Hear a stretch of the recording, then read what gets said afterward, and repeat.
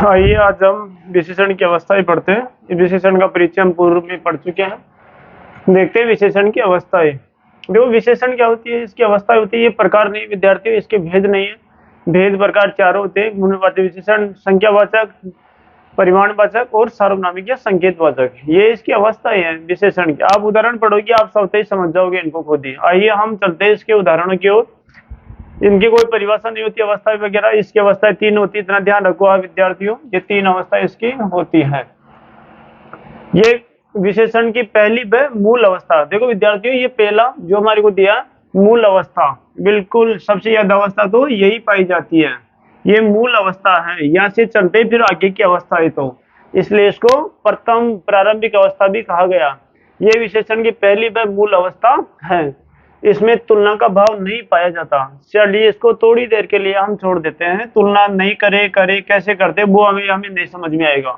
उदाहरण, राम समझदार बालक है। सामान्य कथन है विद्यार्थियों, आप देख रहे हो ये सामान्य कथन है और इसमें ना किसी से तुलना की गई है, किसी अन्य बच्चे से तुलना थोड़ी की गई है, राम की नहीं की गई है। यह भी बस एक सामान्य कथन है, वो प्रस्तुत किया गया है कि राम समझदार बालक है, बस इतनी सी बात है।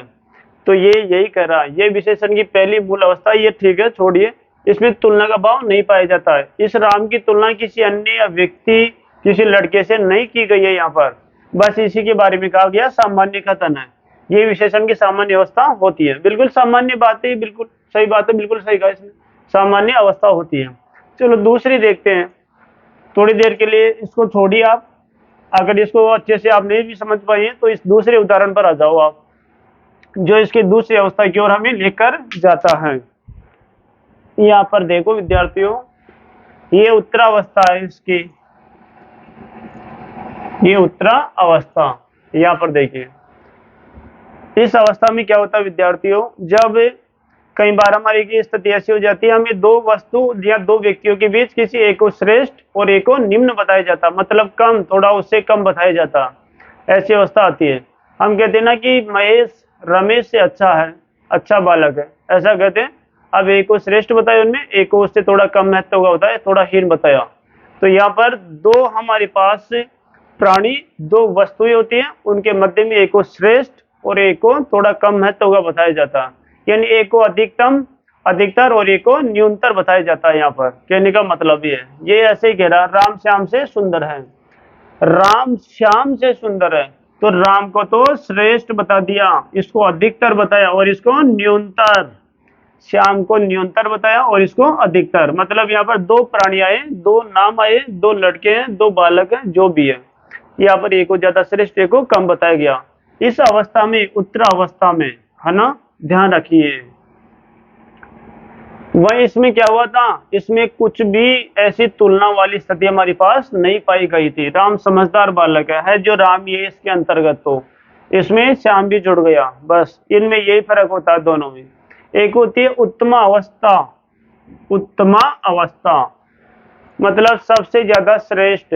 इस अवस्था में दो से अधिक, कई बार समूह होता है ना, क्लास में कई बच्चे बैठे हैं, कई लोग एक साथ दौड़ रहे हैं, राम ही सर्वश्रेष्ठ है, यानी कई लड़के एक साथ दौड़ रहे हैं, तो हम क्या कहेंगे, राम ही सबसे पहले पहुंचा, तो एक बालक को ज्यादा श्रेष्ठता प्रदान की गई है। राम कक्षा में सबसे होशियार है, या राम कक्षा में सबसे कमजोर बालक है। तो यहाँ पर विद्यार्थियों ध्यान दीजिए, ये जो उत्तम अवस्था, इस अवस्था में क्या होता है, दो से अधिक वस्तुओं या व्यक्तियों के बीच किसी एक को सर्वश्रेष्ठ या फिर सबसे कमजोर, सबसे निम्नतर घोषित कर दिया जाएगा। जरूरी नहीं है कि श्रेष्ठतर ही घोषित करे, निम्नतर भी घोषित कर सकते हैं। महेश सबसे कमजोर बालक है। अब महेश सबसे कमजोर है, बिल्कुल यही अवस्था है उत्तम अवस्था, इसी के अंतर्गत आता है। ये उदाहरण देख सकते हो आप। कक्षा में रमेश सबसे कमजोर है, बिल्कुल ये उत्तम अवस्था का उदाहरण है। किसी एक को, दो या दो से अधिक में, दो से ज्यादा जितने भी लोग हो सकते हैं, उतने लोगों में एक को सबसे ज्यादा कमजोर बताया गया। यहाँ पर रमा सर्वश्रेष्ठ लड़की है, रमा सबसे श्रेष्ठ लड़की है। तो विद्यार्थियों इस प्रकार इसकी 3 अवस्थाएं, और आप अब अच्छी तरह से ये मूल अवस्था, ये प्रथम अवस्था अब आप समझ जाओगे। ये विशेषण की पहली मूल अवस्था है। मूल का मतलब है प्रारंभ, प्रारंभ इससे ही होता है, शुरुआती इससे होती है, इसलिए ये मूल अवस्था है। इसमें तुलना जैसा कोई भाव नहीं पाया जाता, नहीं पाया जाता, बिल्कुल सही है, कोई तुलना सूचक भाव इसमें नहीं पाया जाएगा, होएगा जो एक ही व्यक्ति एक ही वस्तु होती है। इसमें राम समझदार बालक है। उत्तरावस्था इसमें बताई दिया आपको, 2 वस्तु प्राणी होते हैं, उनमें से किसी एक को अधिक और एक को न्यून पद दिया जाता है।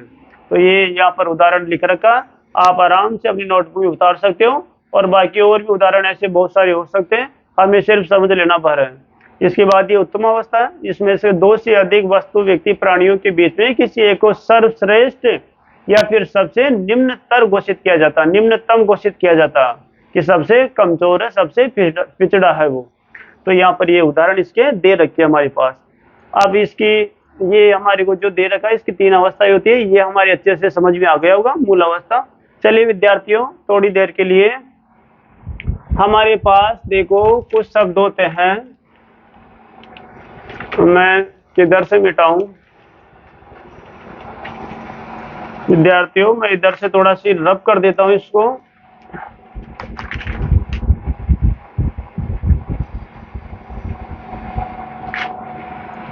देखो हम एक शब्द से, मूल अवस्था से है ना, जो तीनों शब्द बना सकते हैं। देखो मेरे पास शब्द है, मान लीजिए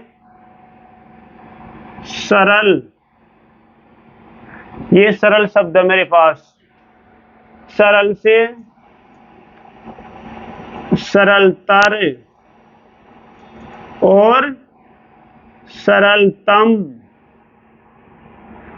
ये तीनों शब्द बन गए, मतलब मूल अवस्था के भी, उत्तरावस्था के भी, और उत्तम अवस्था।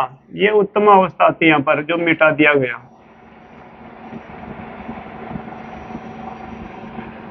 ये उत्तम अवस्था, तीनों के शब्द बन गए। सरल, सरल तो मूल अवस्था है ही, सरलतर, उत्तरावस्था, इसमें तर वाले आते हैं ना, अधिकांश शब्द इसमें तर वाले आते हैं। सरलतम, सरलतम, सबसे ज्यादा सरलतम रूप, ये उत्तम अवस्था का होता है। उसी प्रकार से मेरे पास शब्द अधिक,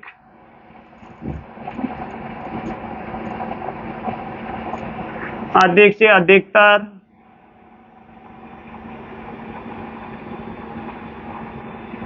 अधिकतर और अधिकतम,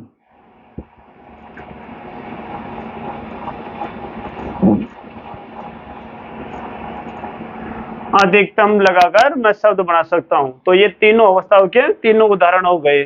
इसके बाद मेरे पास शब्द और भी बहुत सारे शब्द होते हैं, जैसे कई शब्द होते हैं अपने पास। अभी लघुत्तर है, लघु है अपने पास शब्द, लघु, तो लघुत्तर और लघुत्तम।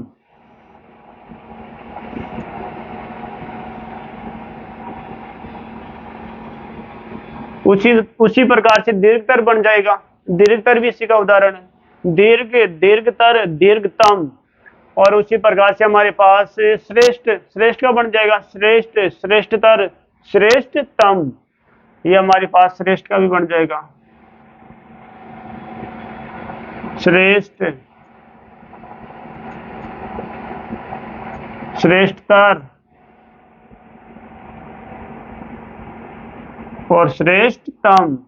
इस प्रकार से विद्यार्थियों, हमें जो इन शब्दों से ही, मूल अवस्था वाले शब्दों से ही उत्तरावस्था और उत्तम अवस्था के भी शब्द बना सकते हैं। ये पहले वाली जो शब्द है, ये मूल अवस्था के शब्द है सारे ही, और ये जो दूसरे नंबर के शब्द हैं, ये उत्तरावस्था, इस उत्तरावस्था 2 नंबर की, इसके शब्द ये मैं लिख देता हूँ 2 नंबर, ये 1 नंबर, ये 1 नंबर के, ये 1 नंबर के, ये 1 नंबर के, ये 2 नंबर के, ये 2 नंबर के, ये 2 नंबर के, और ये 3 नंबर।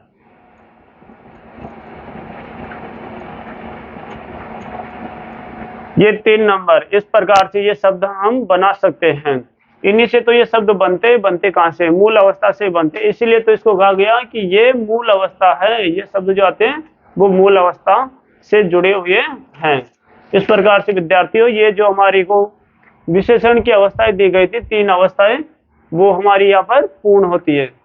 तो एक बार मैं वापस करा देता हूँ। मूल अवस्था है, उत्तरावस्था, उत्तम अवस्था। मूल अवस्था में सामान्य अवस्था होती है, इसमें शब्द का मूल रूप ही आता है यहाँ पर, इसमें से कोई तुलना सूचक शब्द नहीं आता, किसी से कोई तुलना नहीं की जाती है, बस सामान्य अवस्था होती है। राम अच्छा बालक है, बस अच्छा बालक है, कोई तुलना नहीं किसी से, उसमें कोई भाव नहीं पाया जाता तुलना का। दूसरी उत्तरावस्था, उत्तरावस्था, इस अवस्था में क्या होता है, दो वस्तु, व्यक्ति, प्राणियों के बीच आपस में तुलना कर एक को श्रेष्ठ और एक को निम्न बताया जाता है। ध्यान रखिए विद्यार्थियों, राम श्याम से अच्छा बालक है, राम श्याम से अच्छा है यहाँ, तो एक को श्रेष्ठ बताया और एक को थोड़ा उसे निम्न बता दिया। तीसरी अवस्था उत्तम अवस्था, इस अवस्था में क्या हो जाता है, इस अवस्था में दो से अधिक वस्तु, व्यक्ति, प्राणियों के बीच में आपस में तुलना कर उनके बीच किसी एक को सर्वश्रेष्ठ या फिर सबसे निम्न बताया जाता है। तो इस अवस्था में रमा सबसे कमजोर लड़की है, श्याम सबसे सुंदर है। इस प्रकार से राम ही कक्षा में प्रथम आया, राम ही कक्षा में प्रथम आया या दौड़ में आगे आया, तो इस प्रकार से किसी को सर्वश्रेष्ठ बताया जाता है। ठीक है विद्यार्थियों, ये हमारी जो विशेषण की अवस्थाएं थी ये पूरी होती है।